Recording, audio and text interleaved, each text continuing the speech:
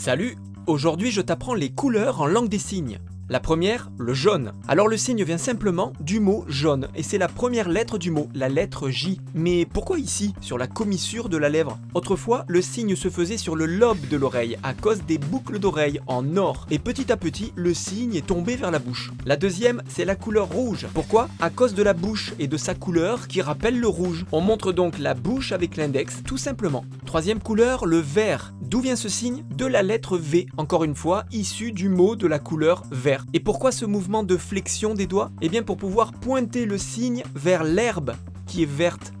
La quatrième, c'est la couleur bleue. Et le signe pour bleu vient lui aussi de la lettre B du mot bleu. Mais la lettre B se plie deux fois afin d'ajouter du mouvement au signe.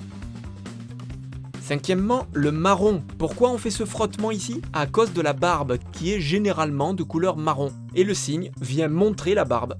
Sixièmement, avec l'index, on fait la couleur grise. Et ça vient directement de l'animal, la souris grise, spécifiquement de sa queue que le signe imite dans son mouvement.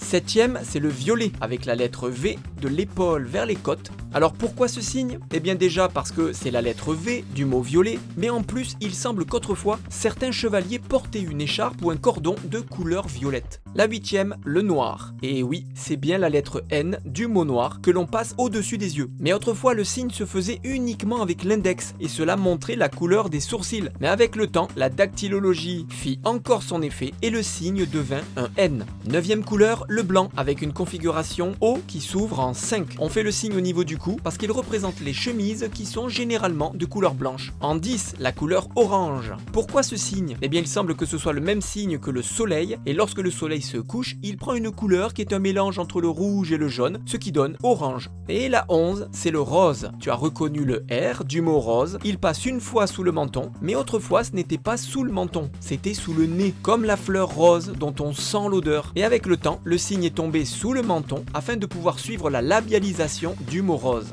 Et voilà, 11 couleurs en langue des signes expliquées. Et si tu en connais d'autres avec leur étymologie, raconte-moi ça m'intéresse.